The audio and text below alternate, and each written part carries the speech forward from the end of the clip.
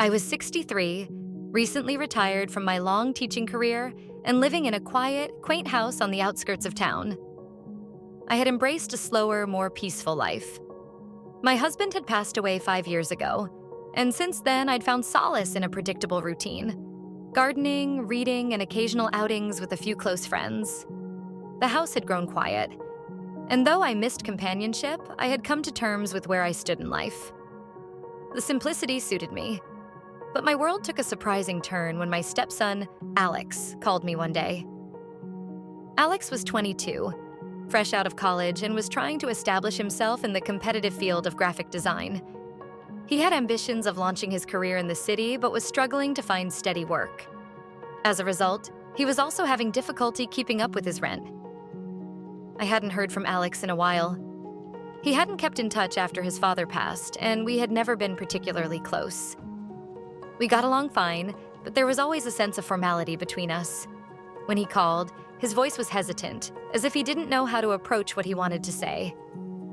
"Hey, Mara," he began. "I know it's been a while, but I need to ask for a favor." I could sense the weight of his words before he even finished the sentence. He was in a tough spot, and I instinctively knew what he was going to ask. After explaining his situation, I didn't hesitate. "Of course, Alex. You can stay with me as long as you need until you find a stable job and a place of your own." The words slipped out easily, but there was a nervousness gnawing at me. What would it be like having someone young, especially a man, living under my roof again? I hadn't shared my space with anyone for years, and the thought of it made me anxious. Nevertheless, I made preparations for his arrival. The morning Alex was due to move in, I busied myself making sure everything in the guest room was perfect. I fluffed the pillows, dusted the shelves, and stocked the bathroom with fresh towels. As the hours passed, I grew more uneasy. This wasn't just about having a house guest. It was about disrupting the routine that had kept me grounded for years. When Alex finally pulled up in his old, beat-up car, I was waiting for him on the porch. I hadn't seen him in a long time, and as he stepped out of the car, I was taken aback. He wasn't the awkward teenager I remembered. He had grown into a tall, broad-shouldered young man with a newfound confidence that radiated off him. "Hey, Mara," he said with a smile that felt both familiar and strange. He pulled me into a quick hug, his scent, woodsy and fresh, catching me off guard. "Welcome," I replied, feeling momentarily out of place. "I hope the drive wasn't too bad." "Not at all," he said, brushing it off casually. "Thanks for letting me stay here." Those first few days were quiet, almost uneventful. Alex mostly stayed in his room or went out looking for jobs. I made a conscious effort to give him space, not wanting to be the overbearing stepmother. But slowly, the house began to feel different. There was an energy that hadn't been there before, and I couldn't help but notice small things. The way Alex would smile at me across the dining table, or how he lingered in the kitchen talking to me about his day. One evening, something unexpected happened. It was late, and I had gone to bed early as usual. The house was still and quiet when I heard the faint creak of my bedroom door. Groggily, I turned over to see Alex standing in the doorway. "Alex?" I mumbled, my voice thick with sleep. "Is everything okay?" He stepped further into the room, his tall frame silhouetted against the dim light from the hallway. There was something different in his posture, a vulnerability I hadn't seen before. I couldn't sleep," he said softly, walking closer to the bed. I sat up, rubbing my eyes and trying to shake off the grogginess. "Is something wrong?" He hesitated for a moment before sitting down on the edge of the bed. I could feel the mattress sink under his weight, the space between us filled with an odd tension. "I don't know," he sighed. "I guess I'm just feeling a little lost." There was a rawness in his voice that tugged at my heart. For all his outward confidence, Alex was still so young, still figuring things out. Without thinking, I reached out and placed my hand gently on his arm, offering a small gesture of comfort. "You'll be okay," I whispered.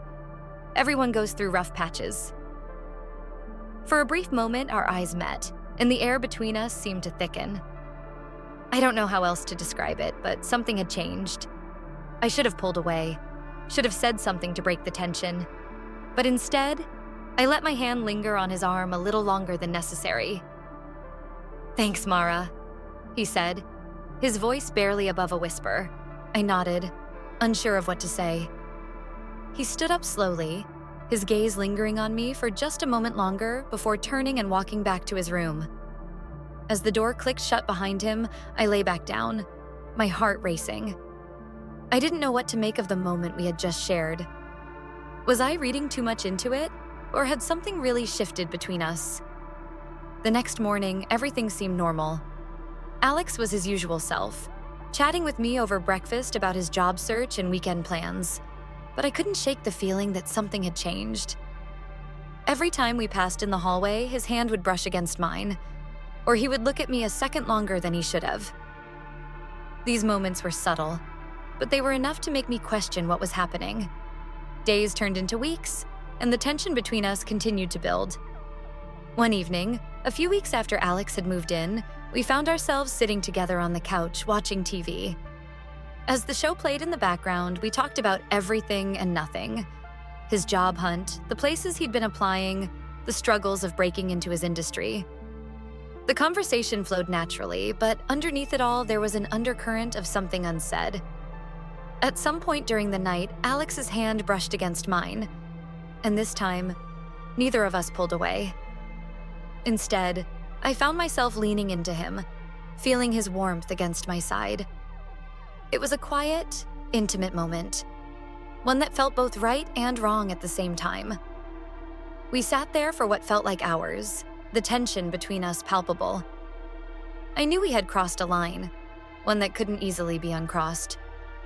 But there was a part of me, buried under years of loneliness and grief, that didn't want to turn back. I deserved to feel something again, didn't I? Even if it was unconventional, even if it was messy. As the days passed, Alex and I continued to tiptoe around whatever this new dynamic was between us. We never talked about it, but it was there in the way we moved around each other, the way our conversations became more personal, more intimate. Then came the night everything changed. Alex had just returned from a job interview, a grin on his face. "I think it went well," he said, dropping his bag by the door. "They seemed interested. I'll know by the end of the week." "That's amazing," I replied, genuinely happy for him. That night, we celebrated. We ordered takeout, opened a bottle of wine, and spent the evening talking about his future, his excitement for what was to come. The conversation flowed easily, the wine loosening our inhibitions. As the night wore on, the topic shifted to us, to whatever was happening between us. "I don't know what this is, Mara," Alex said, his eyes meeting mine across the table. "But I can't pretend it isn't there." My heart raced as I looked away, unsure of how to respond. I took a deep breath, my mind spinning. "It's complicated," I finally whispered. "I know," he said quietly. "But I also know that I care about you, more than I should, and I want to be honest about that." His words hung in the air, and for the first time in a long time, I didn't know what to say. This wasn't supposed to happen, but here we were. "I care about you too, Alex," I admitted, my voice barely audible. "But we can't rush this. We need to be careful." He nodded, a look of relief washing over his face. "We can take it slow," he said softly. "We'll figure it out together." Over the next few weeks, Alex and I navigated this delicate balance between us. We learned to move carefully, to respect the boundaries we had set, but also to embrace the connection we had found. It wasn't easy, but somehow we made it work. Thanks for watching, and until next time.